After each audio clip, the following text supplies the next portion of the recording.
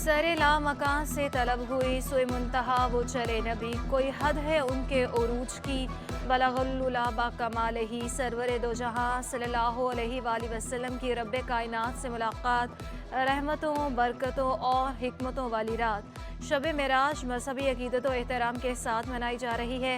गरीब आबाद मोहम्मदी मस्जिद फैज़ान मदीना और घरों में खुसूसी इबादत का एहतमाम, महाफिल नात और दुरूद सलाम।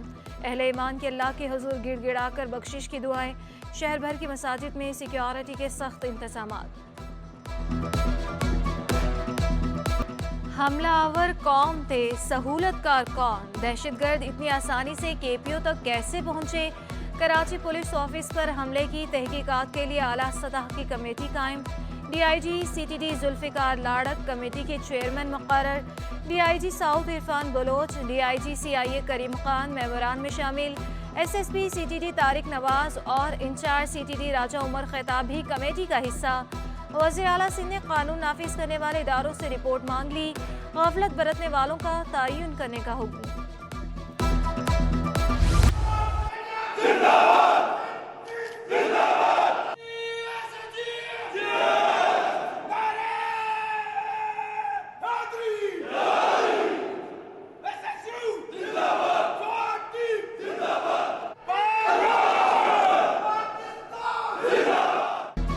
Army chief general Asim Munir का दौरा कराची पुलिस ऑफिस में दहशतगर्दी के वाक़े पर ब्रीफिंग दी गई। सिपा सलार ने अस्पताल में जख्मियों की अयादत की। वज़ीर आला सिंध कोर कमांडर कराची भी हमरा मौजूद थे। आर्मी चीफ ने फौज, पुलिस और रेंजर्स की बहादुरी, हौसले और कुर्बानियों को सराहा। जनरल आसिम मुनीर का कहना था, दहशतगर्दों का कोई मजहब या नजरिया नहीं, पाकिस्तानियों ने हमेशा दहशतगर्दी और इंतहा पसंदी को शिकस्त दी। सदर मुमलिकत की जिना अस्पताल आमद, हमले के जख्मियों की अयादत की। एहलकारों से उनकी सेहत के बारे में दरियाफ्त किया।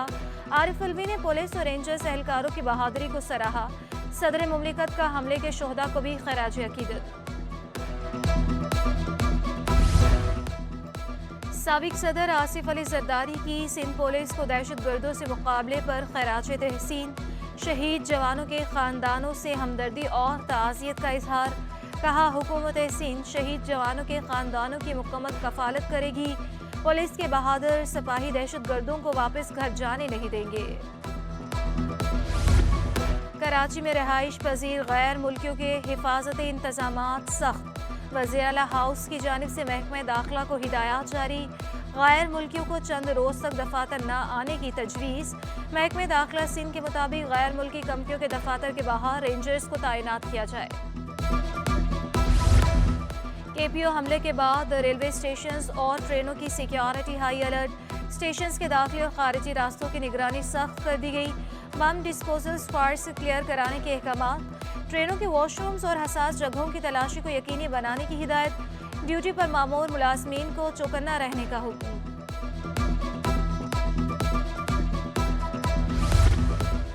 किमाड़ी में मुबैना जहरीली गैस से 18 अमवात की तहकीकात जारी। डॉक्टर्स और पुलिस की भारी नफरी की मौजूदगी में 4 अफराद की कब्र कुशाई की गई। डॉक्टर सुमैया सईद कहती हैं, फोत होने वाले शहरियों के करीबी रिश्तेदारों की मौजूदगी में कब्र कुशाई की गई।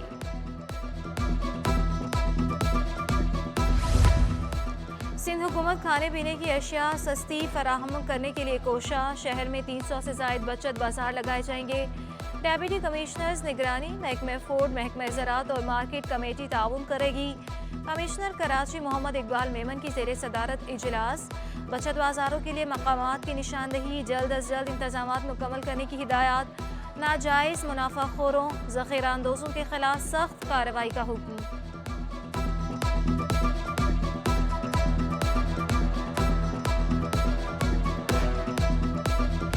कराची में घी और तेल बनाने वाली कंपनियों की मनमानियाँ। ए ब्रांड कंपनी का कुकिंग ऑयल 45 रुपये महंगा, तेल 645 रुपये तक जा पहुँचा। फी किलो घी 80 रुपये इजाफे से 600 रुपये किलो पर पहुँच गया। पहले जो सारिफ 5 लीटर तेल या घी लेकर जाता था, वो अब 1 या 2 किलो खरीदने पर मजबूर है। दुकानदारों की दुहाई। हमारे तो समझ में ये आ रहा है कि एक ही दफ़ा महंगाई करके या तो रोक दो उसको, घड़ी घड़ी रोज़ रोज़ क्यों बढ़ाते जा रहे हैं?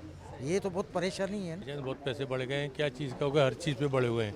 अब तो खर्चा ही वाला मुश्किल हो रहा है करना। मिनी बजट और डीजल महंगा होने के असरात, गुड्स ट्रांसपोर्टर्स ने किराए बढ़ा दिए। इजनास की कीमत में 2 रुपये फी किलो इजाफा होगा।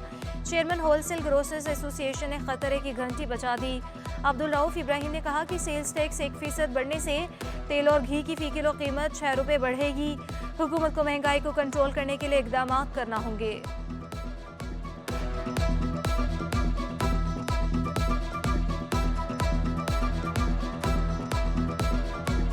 डीजी ब्यूरो ऑफ सप्लाई से भी बात हुई थी। हमने कहा सर आप इसको चेक एंड बैलेंस लाएं, पब्लिक को अवेयरनेस दें। देखें ये 35% 30% रिटेल पे ज़्यादा है। हत्ता कि यूटिलिटी स्टोर जो सब्सिडी जा रहा है उस पर भी 35% ज़्यादा है, तो उसको चेक क्यों नहीं किया जाता? एक लम्हा फिक्री आई। सोना भी एक दिन में 250 रुपये महंगा। 1 तोला सोने की कीमत 1,96,000 रुपये पर पहुंच गई। 10 ग्राम सोने की कीमत 1,68,038 रुपये। आलमी मार्केट में भी सोना $19 फी औंस महंगा। 1 तोला चांदी 2,130 रुपये पर पहुंच गई। सदर आरिफ अलवी की ज़ेरे सदारत वफाकी उर्दू यूनिवर्सिटी सेनेट का इजलास। सदर मुमलिकत का खाली असामियों पर नामजदगी में गैर मामूली ताख़ीर पर इजहार बरहमी। सदर आरिफ अलवी की असामियों पर फौरी तकर्रियों की हिदायत जारी। यूनिवर्सिटी में बेज़ाब्तियों पर HEC कमेटी की रिपोर्ट का भी नोटिस। जामिया की इंतज़ामिया को तफसीली रिपोर्ट पेश करने का हुक्म। वर्चुअल यूनिवर्सिटी का 12वां कॉन्वोकेशन। बैचलर्स और मास्टर्स प्रोग्राम के तलबा को डिग्रियां तफवीज़ की गई। वज़ीर मुमलिकत IT सादिक इफ्तिखार तकरीब के मेहमान खुसूसी थे। रेक्टर अशरफ भट्टी और रजिस्ट्रार डॉक्टर मोहसिन जावेद की भी खुसूसी शिरकत। पहले मरहले में गोल्ड मेडल्स, दूसरे मरहले में डिग्रियों की तकसीम, तीसरे मरहले में मास्टर डिग्री वालों में असनाद तकसीम की गई। गवर्नर सिंध कामरान टिसोरी का दौरा लाहौर। निगरान वज़ीर आला पंजाब मोहसिन नकवी से मुलाकात। मुल्क की मजमूई सियासी सूरत हाल, बैनुल सूबाई हम आहंगी पर गुफ्तगू। सिंध और पंजाब के दरमियान मुख्तलिफ शोबों में ताउन और बाहमी दिलचस्पी के दीगर उमूर पर तबादला ख्याल। कामरान टिसोरी का कहना था कि मुआशी चैलेंजेस के बाइस मुल्क में इत्तफाक व इत्तेहाद की ज़रूरत है। मुख्तलिफ शोबों में ताउन से दोनों सूबों के अवाम को फ़ायदा होगा।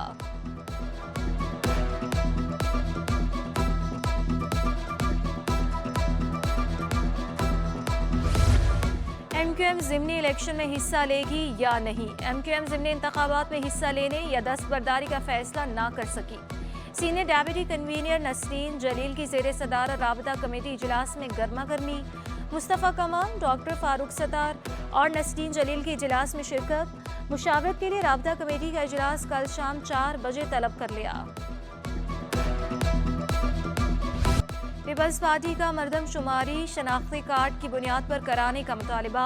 निसार खोड़ो कहते हैं जानबूझकर 7वीं मरदमशुमारी को मुतनाज़िर बनाया जा रहा है। गैर कानूनी तारिकीन वतन के लिए मरदमशुमारी में अलग खाने का भी मुतालिबा।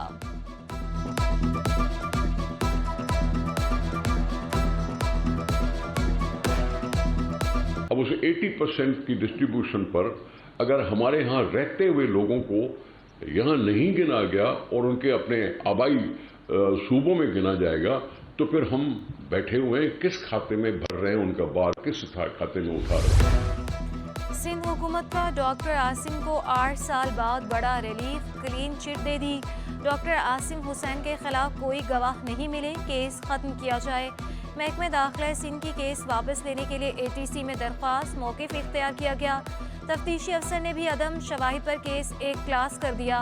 अदालत ने फ्रीकैन को नोटिस जारी कर दिए। मार्च के दूसरे हफ्ते में जवाब तलब कर लिया।